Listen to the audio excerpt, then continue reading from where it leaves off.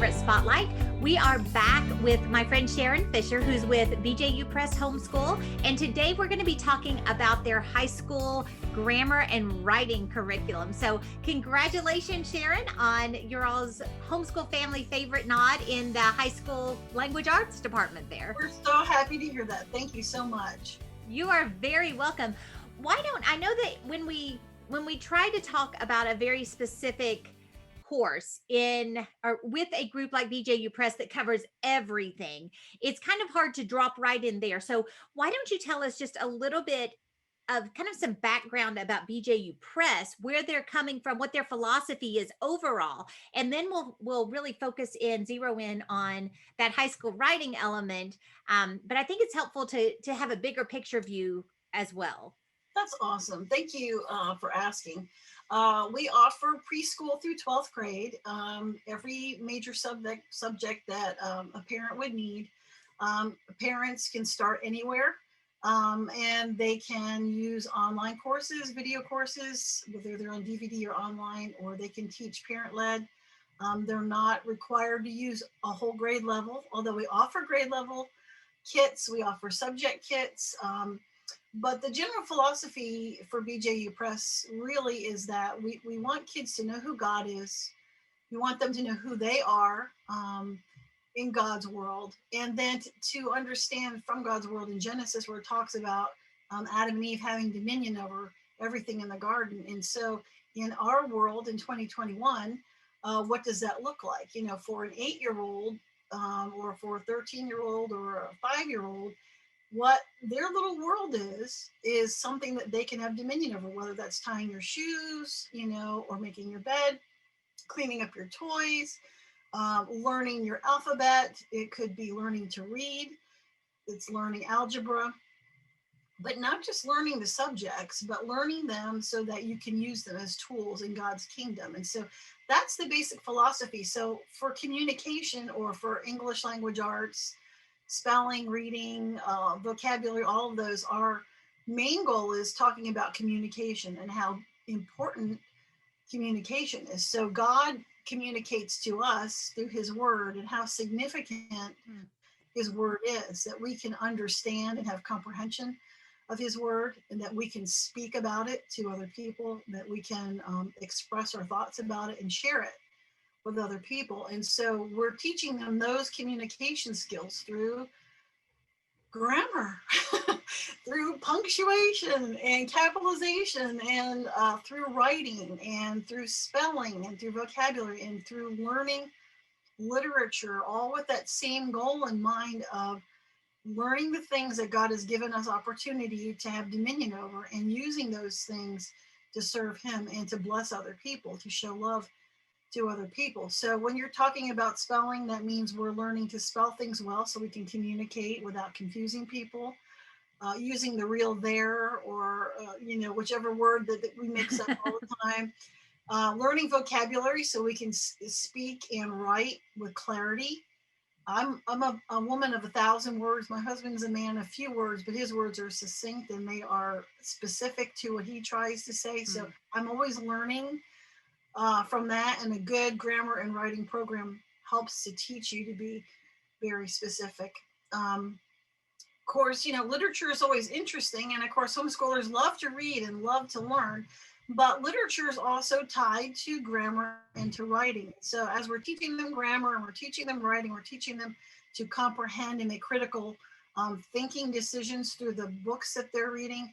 That whole English language arts program is tied together so that they're getting that in spelling, in phonics, in 6th grade reading, in literature, in British literature, in writing and grammar. So that's a unified thread throughout the whole program, is understanding that philosophy. Well, and as you were talking about the communication element of this, it just kept echoing in my mind where the Bible tells us to be ready to give an answer for the hope that lies in us. And there's two sides to that. We've got to be ready from a doctrine, theological,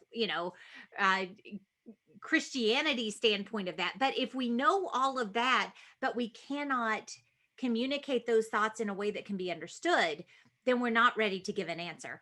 And so the way that you approached that, from preparing our children to be communicators, I think was such an important point here with any language arts program that we're doing.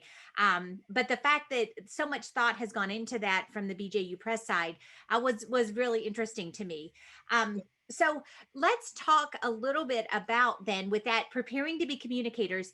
With some homeschool curriculums, you see all of the different pieces taken apart, and so you get a grammar curriculum and a writing curriculum and a literature curriculum, that kind of thing.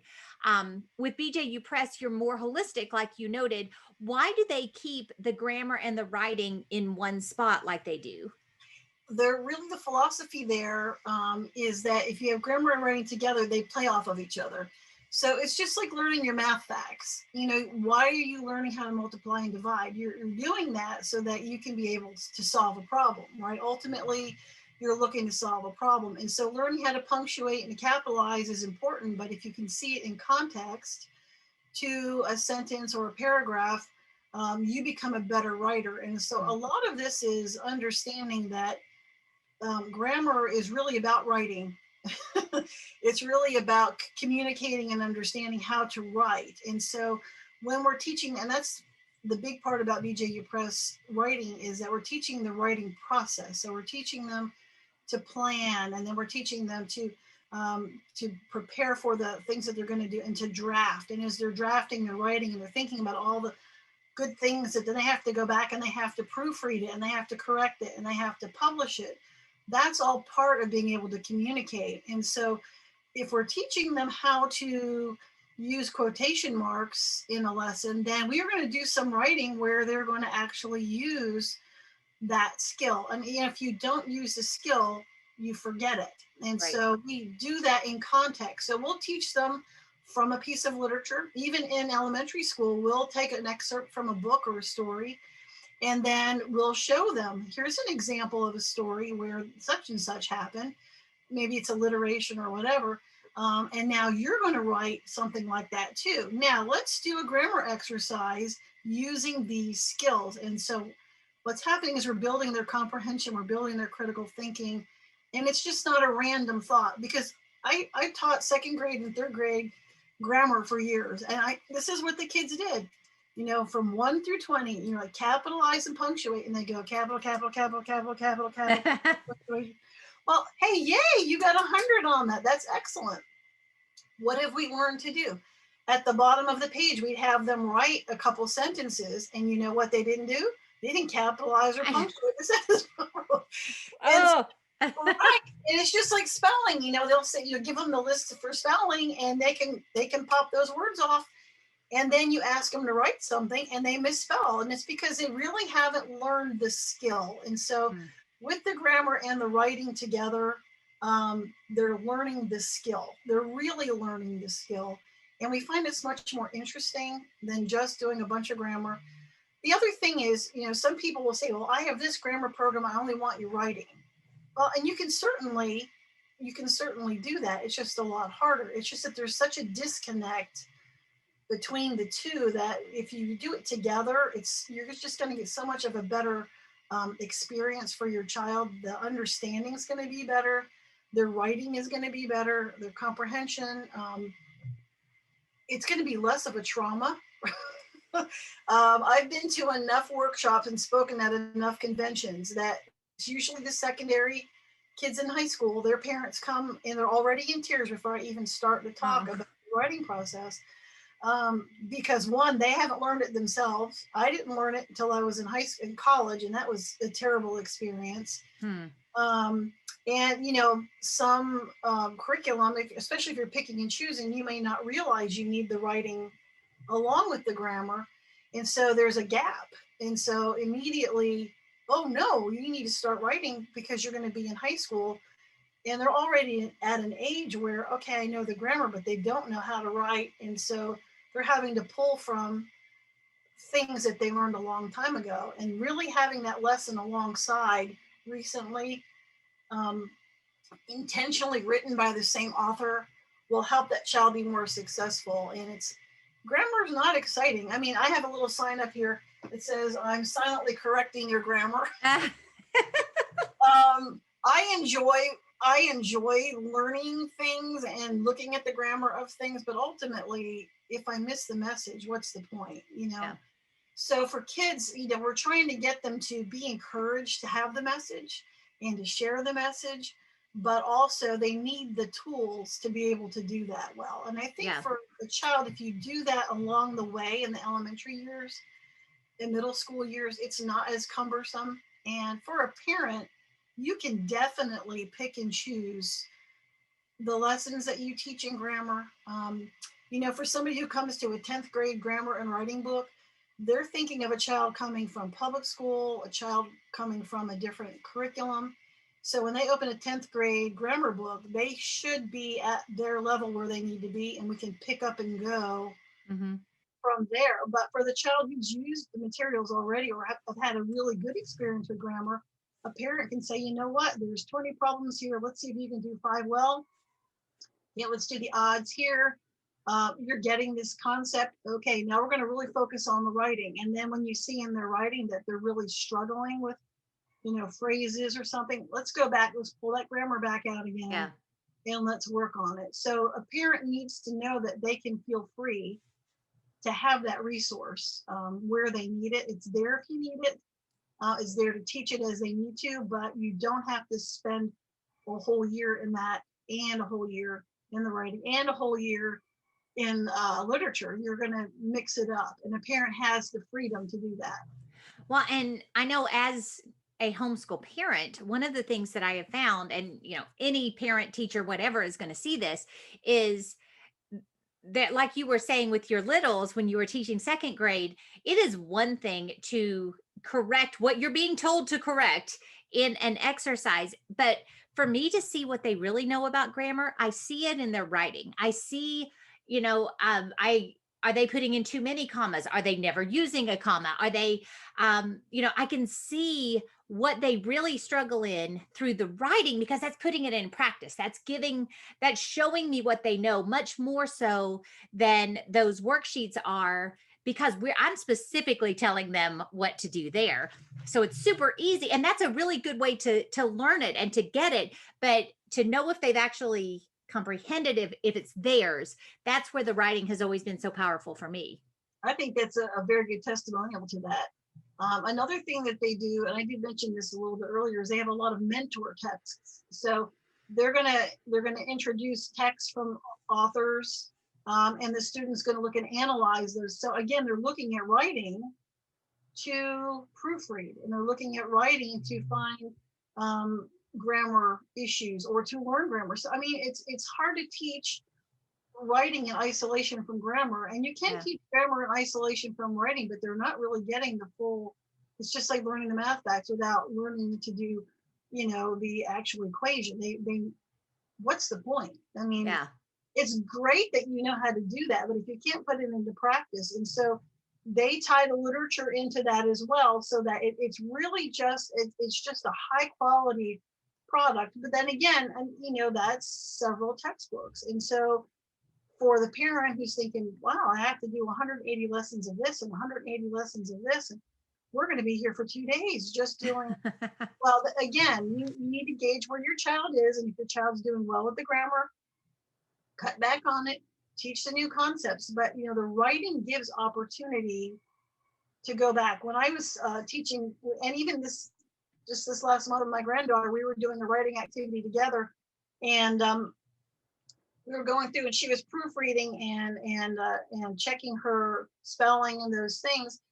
We went through her writing and we reinforced the things that she learned in grammar. And so we're talking about using the right word, or how can we make this more interesting? What other words do we know? We're pulling vocabulary in, we're pulling in words that we read in our reading, or in the literature, and all those things help a child to think and give them almost scaffolds to pull from. So they're not just Mm. pulling from a file in their mind of what was the lesson on adjectives, I can't remember. They're thinking about experiences that they've had. Right. They had the grammar experience, they had the writing experience, they had the reading experience, the vocabulary experience, and you're talking through the writing process with your child anyway, hopefully.